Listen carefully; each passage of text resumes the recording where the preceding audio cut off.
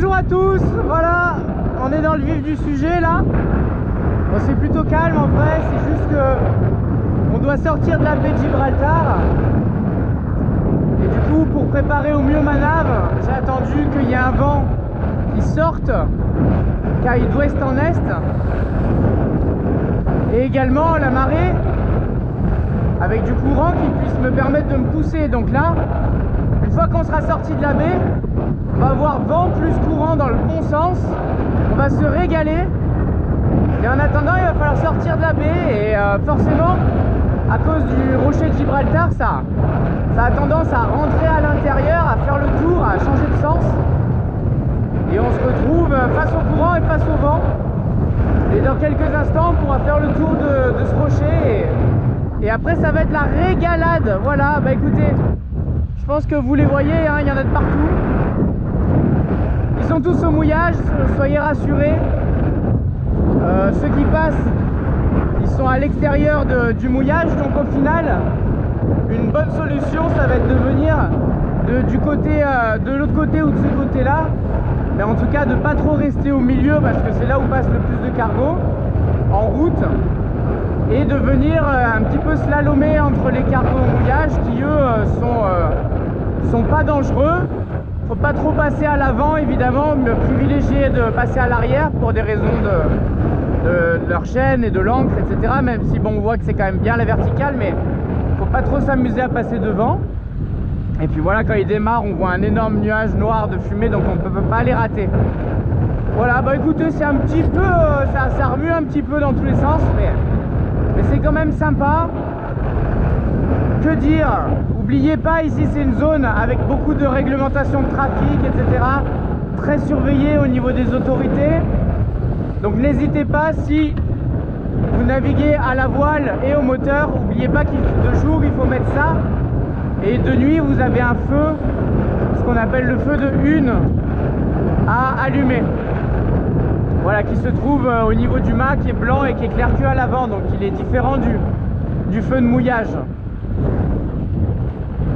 Donc c'est important de l'avoir. Moi je pensais que le vent allait être quand même plus ouest dès le début, mais au final, vu qu'il s'engouffre complètement à l'intérieur et qu'il finit quasiment nord, j'ai pas pu, je l'ai préparé pour rien, je l'avais anticipé. En solitaire, je suis obligé de tout anticiper pour pas commencer à aller chercher ce genre de truc au fin fond du coffre, etc. Il était prêt à être, il était en place, prêt à être hissé. Finalement, je suis toujours face au vent alors qu'on a déjà fait quand même 2000, donc on est à mi-chemin, on va dire. Et voilà, je surveille s'il n'y en a pas certains qui sont en route quand même. Ceux-là forcément, celui-là il faudrait que je le surveille. Mais on va passer là-bas, là où il y a le catamaran également. Voilà, ceux-là ils sont à couple, carrément.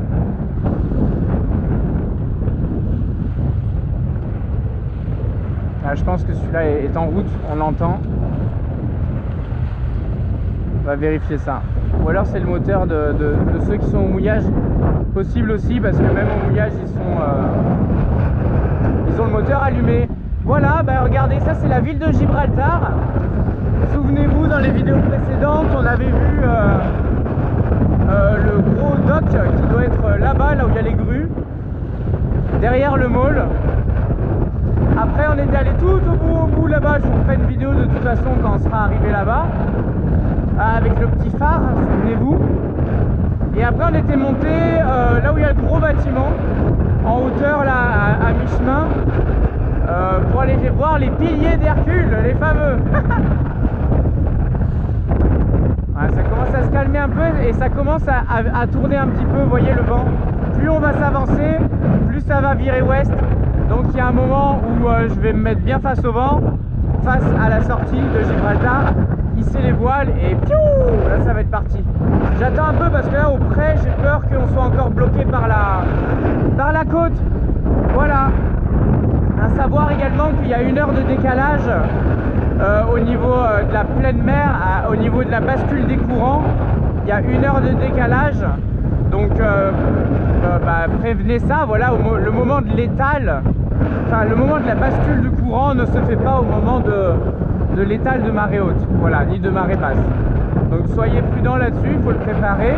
Il n'y a qu'une heure de différence, mais bon, il faut savoir dans quel sens c'est. Après, à savoir que étrangement, enfin c'était contraire à ce que j'aurais pu imaginer de base. Mais donc quand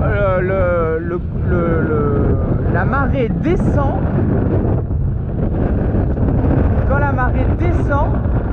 c'est la Méditerranée qui se remplit, qui monte, et l'Atlantique qui descend.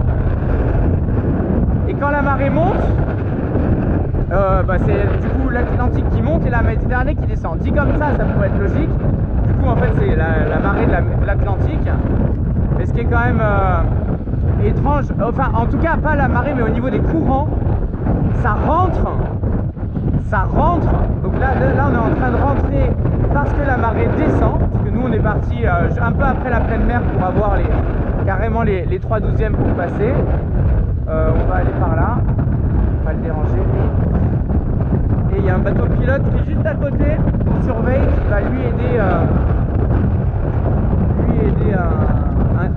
un paquebot. Voilà, par la suite, donc je disais, il faut bien suivre. Hein. Au niveau de la marée, au niveau de la bascule, il y a une heure des courants, il y a une heure de décalage avec la marée. Voilà. Donc maintenant parlons des courants. Le courant rentre dans la Méditerranée quand la marée descend. Et le courant rentre en Atlantique quand la marée monte. Voilà, donc ça peut être un petit peu contraire à ce dont on a l'habitude.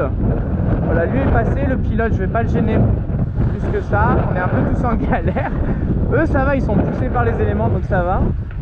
Et eux, ils ont de la puissance en question, donc voilà, je pense qu'il va passer derrière moi, c'est parfait. Voilà, bah écoutez, encore, je pense qu'on passe ces 2 cargos là et on va pouvoir commencer à hisser au moins la grand voile et voir ce que ça donne. Parce que je sais pas combien il y a de vent aussi, mais il doit y avoir bien 20 nœuds là actuellement, vu comme ça souffle. Le bateau pilote, c'est le principal, c'est le trafic ici, avant même la vidéo, avant même les explications. On surveille bien le trafic, voir s'il n'y a pas des cargos qui sont en mouvement.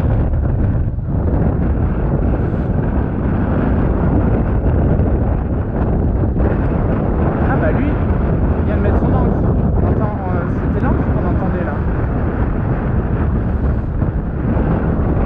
Là on entend, je sais pas si vous entendez avec le vent qu'il y a, mais en tout cas on entend une chaîne qui file, le bruit d'une chaîne qui est en train de filer.